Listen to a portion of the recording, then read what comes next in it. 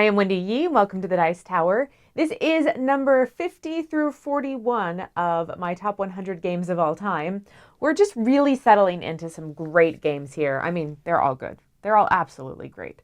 But yeah, this is just kind of right in that middle range of these are games that I just loved for a long time, or games that are just really at a good level for me. Just a lot of my taste is just kind of coming in and settling into what I really enjoy. So let's go ahead and get started. Starting off with number 50, this is Terraforming Mars Ares Expedition. This is one of those games that I really enjoy because I enjoy them all. So in this one, you are basically trying to terraform Mars, just like in Terraforming Mars, but instead you've got more of an action selection like in Race for the Galaxy. And so players are choosing what actions are going to happen each round. And if you happen to be the one who chose the action, you get a stronger one. Otherwise, everybody else gets a weaker one. And I just really enjoy that level of interaction. It's such positive interaction where we all get good stuff. You get better stuff if you choose it.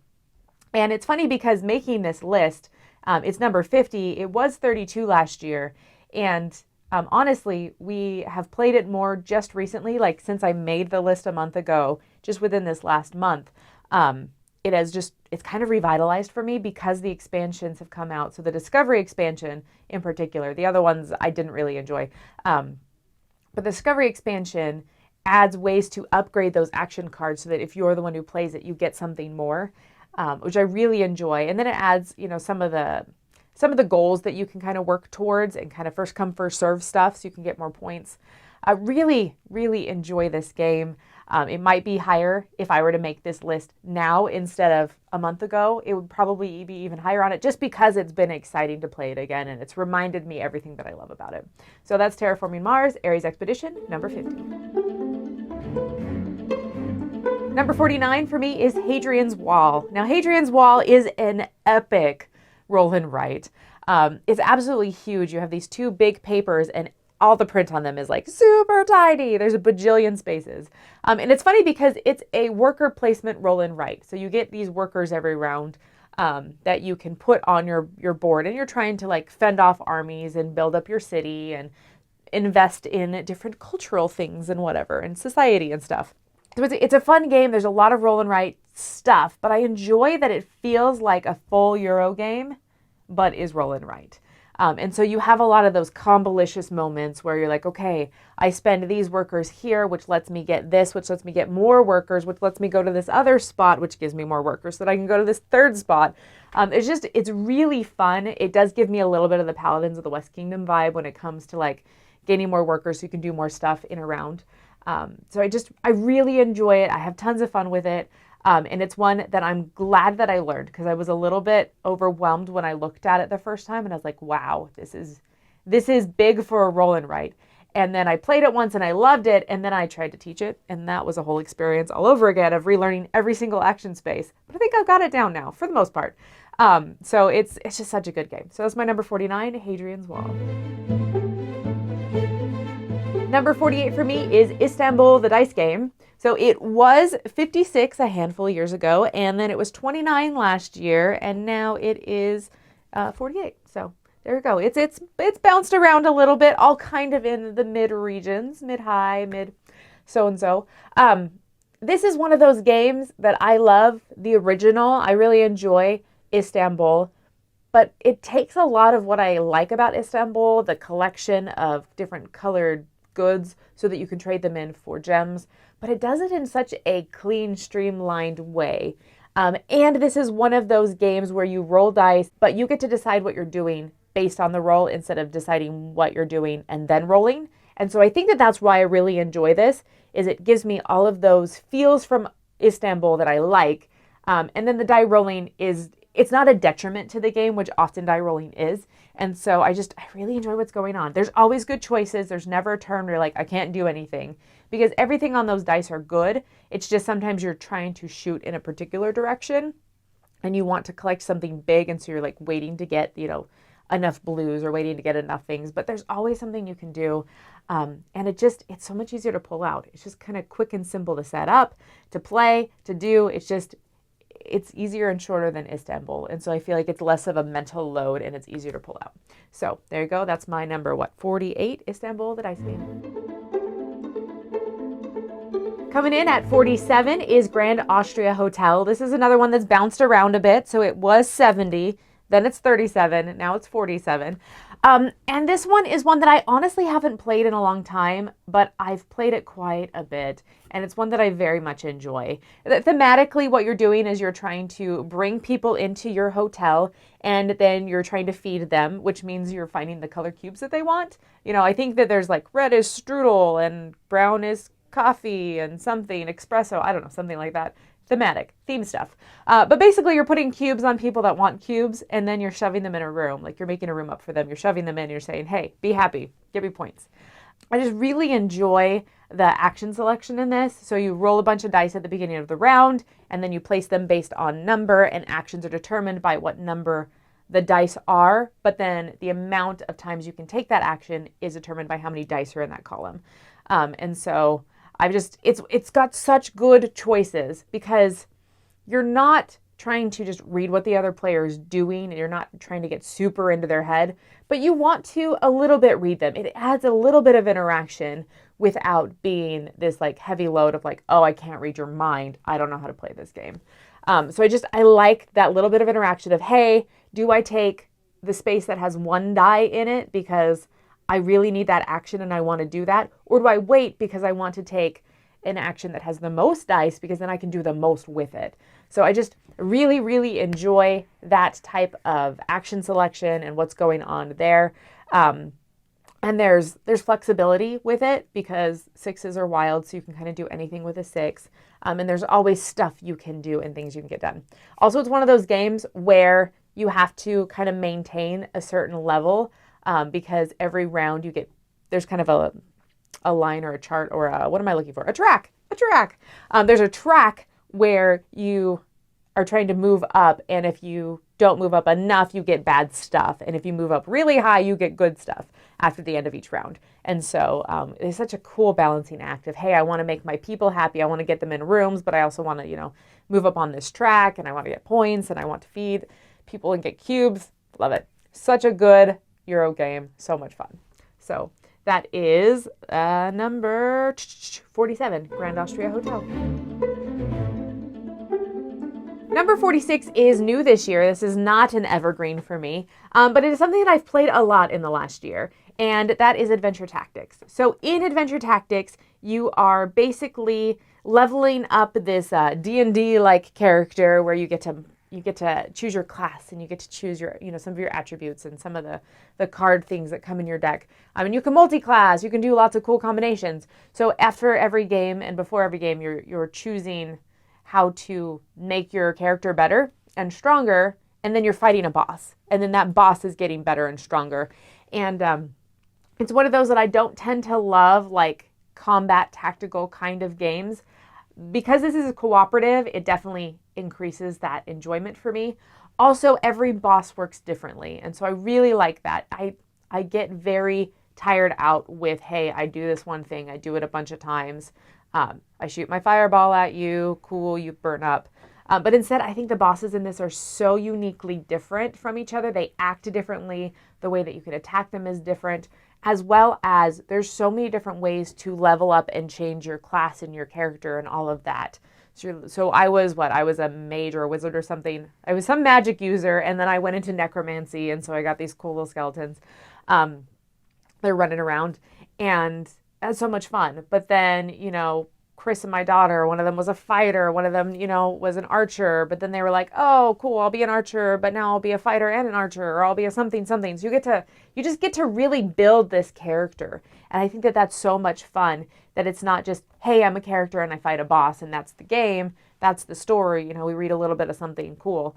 But instead, there's like some cool story moments, there's not too much story, it's like very light, and I like that.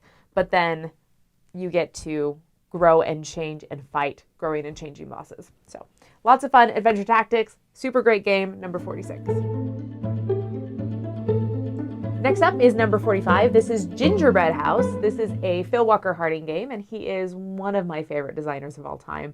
I just really enjoy the way that he mixes puzzles with enough endorphin rush moments that I feel like I'm doing really cool stuff.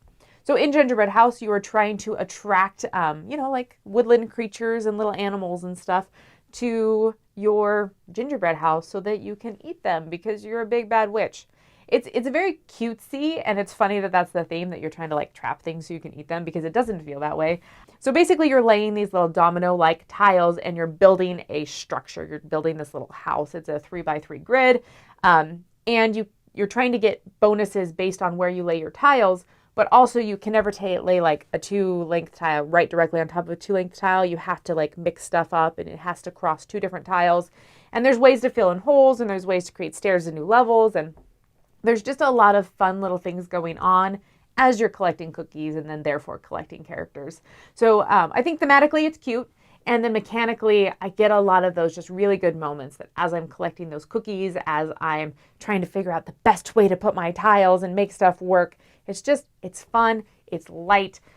There's a little bit of endgame scoring stuff that you can collect throughout the game too as you finish levels. There's just a lot of little things going on. It's light, it's fun, and it's just like exactly at that kind of midweek level when you want to play something, but you don't want to play something heavy. So that is my number 45, Gingerbread House. Speaking of favorite designers, number 44 is a Shem Felix Sam McDonald game, and this is Wayfarers of the South Tigris.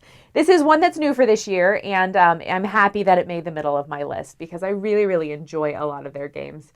So in Wayfarers of the South Tigris, there's some really cool mechanisms going on. This is one of those games that you can play time and time again, and you get to explore so much. So you're building this tableau in front of you, and on top of those cards that you're building, sea cards and land cards, then you can build space cards on top of them, and you kind of explore the space. So it's all about this like exploration and stuff, and you're moving along this journal track throughout the board and getting bonuses and gaining things. There's a little bit of interaction. It's not too much. I feel like it's the right amount of interaction for me, and there's the right amount of exploration. And it's really fun to see how these designers take some sort of thematic or some sort of mechanism, and they find a fun way to use them. So in this one, it's very dicey, and so you can level up your dice so that as you roll them, you can get more action options as you build them up on your board. There's just really good stuff. So Wayfarers of South Tigris, definitely a solid game. One I need to play again. So much fun. So that is number 44, Wayfarers of South Tigris. Number 43 is Guild of Merchant Explorers. Now, this is a game that feels like a roll and write, and it gives me all of those roll and write isms, but it's not a roll and write? Yeah. So anyways, I really enjoy this because you're flipping over cards and you're deciding where you're going to put them based on the card flip. So it's like a flip and write. But you're putting out these little cubes on your board and you're exploring because you're a guild of merchant explorers and you want to explore and do stuff and see different parts of the map and make connections with things so that you can earn more points and more stuff. So there's a lot of like that funness. But what really makes this game great is that you get a special power that only you get, once every round.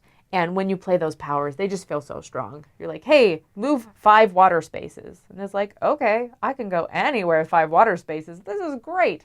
Or, hey, do this other really cool thing. Get this really big benefit. Just go in a straight line, anywhere direction you want. It's so much fun stuff. Really enjoy those player powers. Really enjoy just that, like I said, that roll and write feel, that sense of like, I'm accomplishing so much based on what gets revealed. And it's just really enjoyable. So that is Guild of Merchant Explorers, number 43. Coming in second to last, number 42 is Ethnos. Ethnos is one of the very few area majority games that I genuinely enjoy. And Ethnos for me, I think it's because the area majority isn't based on some sort of combat. It's not based on all this other stuff, but instead it's card collection. And so you're building this hand of cards and you're drawing cards and you're trying to make sets of the same type of monster or the same type of color. And based on whatever monster's your leader, so whatever monster's on the top of that set determines on what benefit or bonus you get as you play that set. But the caveat is that when you play a set, you have to discard face up or add to the market face up all the other cards in your hand. So you're like, ooh, cool, I'm collecting, these particular dwarves or whatever. I'm collecting these cards, but every other card when I play my set now becomes available for other people. And ooh, I saw that, you were collecting wizards or you were collecting something else. And now I just put a bunch of those out, so you're going to get more of them. And so it's got this cool positive interaction going on, which I love in games, as well as building up those sets. And there's a little bit of that push your luck because I think you can only go to 10 cards. And so you're trying to draw as many cards as you can and kind of like wait out other people. Maybe someone else is going to play a set so that you can get maximum large setness. But also, if you end up playing your set, then everyone else was waiting for you to play it so that they can like come in and just steal all your cards. I really enjoy the way that works, the way that the tracks work. There's a couple little extra track boards on the side, but then you're also trying to get majorities, different areas. It's really fun, and it's one of those games that you can play at a large player count, and it doesn't bog down the game. It's fun, it's quick, it's just really good. So there you go, Ethnos, number 42.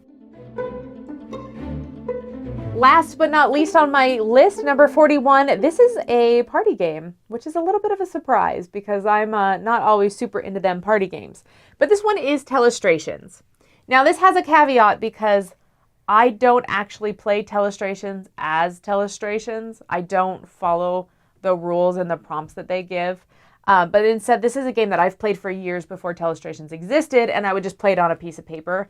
And my friends and I would just come up with some weird random sentence with a lot of adjectives and just chaos and strange, and then we would draw it.